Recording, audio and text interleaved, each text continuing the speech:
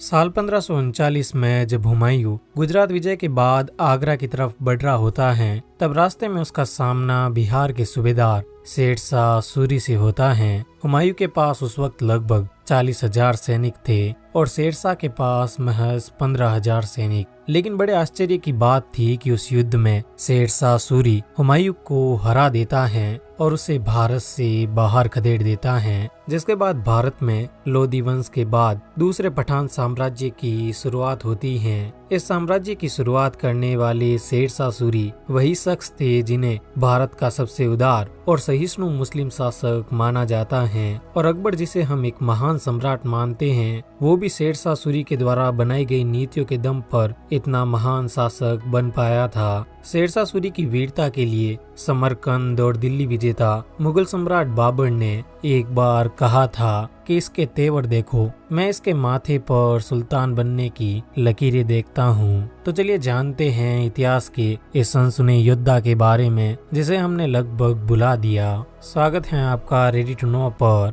साल 1486 में पंजाब के होशियारपुर शहर के बजवाड़ा में हसन का सूर के या शेर शाह सूरी का जन्म होता है। उनका असली नाम फरीद खान था, पर वो शेर शाह के नाम से जाने जाते थे क्योंकि उन्होंने कथित तौर पर कम उम्र में अकेले ही एक शेर को मार गिराया था। शेर शाह के पिता पंजाब में एक अफगान रईस जमाल खान की सेवा में थे। उनके पिता की 4 पत्नियां थी जिनसे उन्हें 8 बच्चे थे, लेकिन बचपन के दिनों में उनकी सौतेली माँ उन्हें बहुत सताती थी, इसलिए वो घर छोड़कर जौनपुर में पढ़ाई शुरू करते हैं। पढ़ाई खत्म करने के बाद 1522 ईस्वी में वो जमाल खान की सेवा में चले गए, लेकिन उनकी सौतेली माँ को ये पसंद नहीं आया, इसलिए वो जमाल खान की सेवा को छोड़कर बिहार के स्वघोषित स्वतंत्र शासक बहार खान नुहानी के दरबार में चले गए। बहार खान के दरबार में वो जल्द ही एक सहायक नियुक्त हो गए और बहार खान के नाबालिग बेटे के शिक्षक और गुरु बन गए। कुछ ही समय में शेर शाह की काबिलियत और वीरता के चर्चे हर तरफ होने लगे, जिस कारण दरबारी उन्हें निकालने के लिए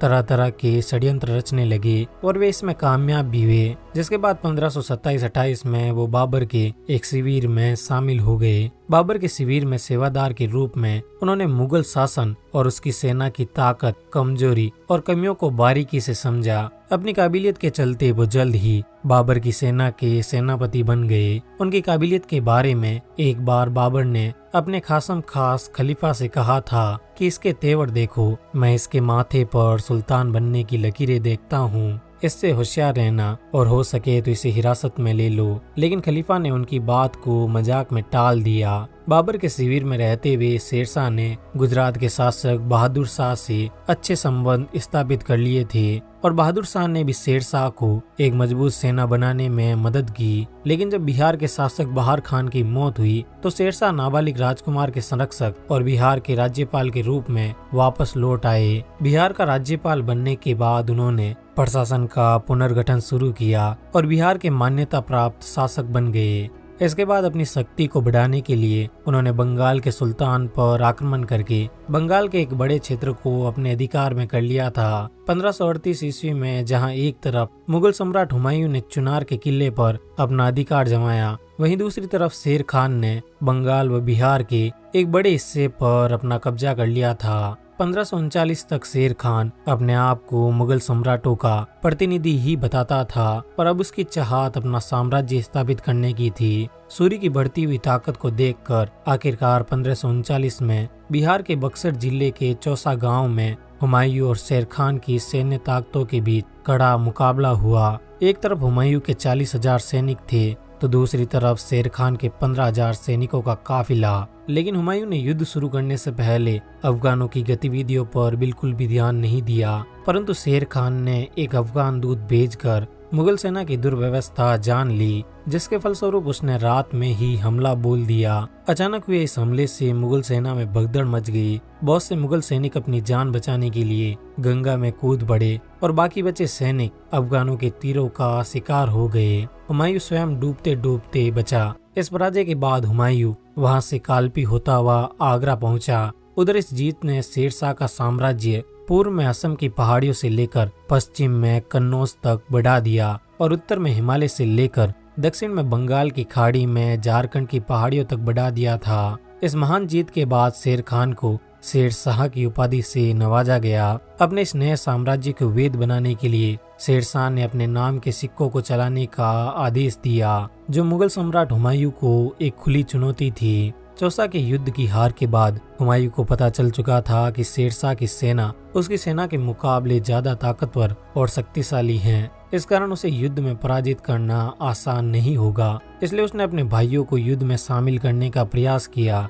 परंतु उसके भाइयों ने उसका साथ नहीं दिया। दूसरी तरफ शेरशाह भी तेजी से दिल्ली की तरफ बढ़ रहा था। फलतः मुगल बिना किसी तैयारी के कनौज में आकर शेरशाह की सेना से भिड़ गए। दोनों सेनाओं की संख्या लगभग 2 लाख थी और दोनों सेनाएं बिना किसी युद्ध के लगभग 1 महीने तक वहीं पर अपना पड़ाव डाले रही। शेरशाह को इससे कोई परेशानी नहीं थी, लेकिन हुमायूं की सेना के सिपाही धीरे धीरे उसका साथ छोड़कर जा रहे थे।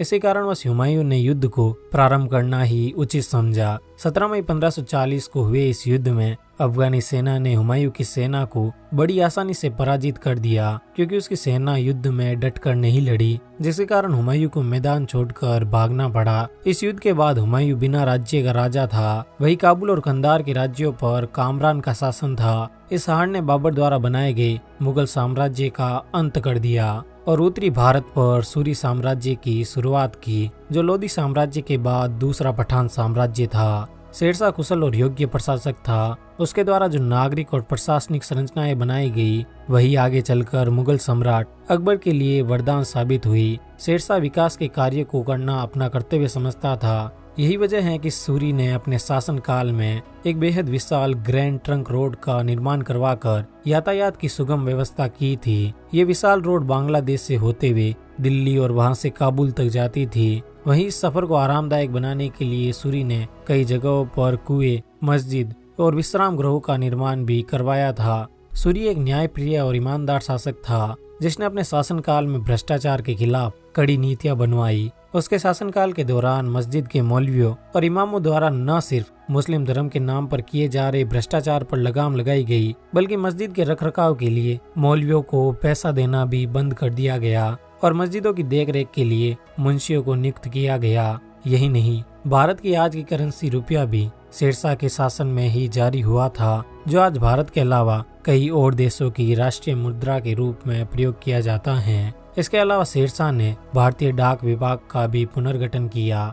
इतिहासकारों के अनुसार शेरशाह पहला मुस्लिम शासक था, जिसने हमेशा प्रजा का भला सोचा और उनकी भलाई के लिए काम किया। अपने शासन के चौथे साल में यानी नवंबर 1544 ईस्वी में शेरशाह ने उत्तर प्रदेश के कालिंजर किले की घेराबंदी की और 6 महीने तक इस किले की घेराबंदी करने के बाद जब शेरशाह को कामयाबी हासिल नहीं हुई, तो उसने किले पर बारूद एवं गोला चलाने का आदेश दिया। इस दौरान बारूद में विस्फोट की वजह से उसका शरीर बुरी तरह घायल हो गया, लेकिन उसने इस हालत में भी अपना धैर्य नहीं खोया और अपने दुश्मनों का वीरता के साथ मुकाबला करता रहा। उसने अपने अंतिम समय में कालिंजर के किले को तो जीत लिया, परंतु 22 मई 1545 को वो इस दुनिया को छोड़कर चला गया। शेरशाह के बाद उसके बेटे इस्लाम शाह सूरी ने सिंहासन संभाला।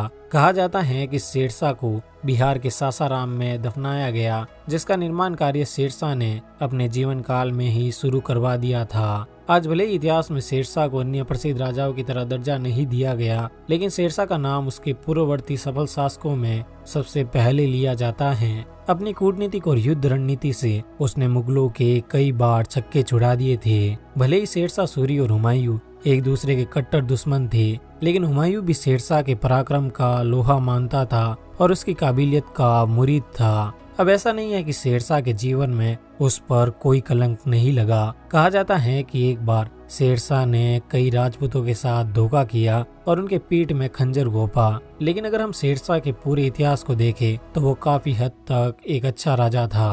अब इसके बारे में आपका क्या मानना है, हमें कमेंट सेक्शन में जरूर बताइए। धन्यवाद।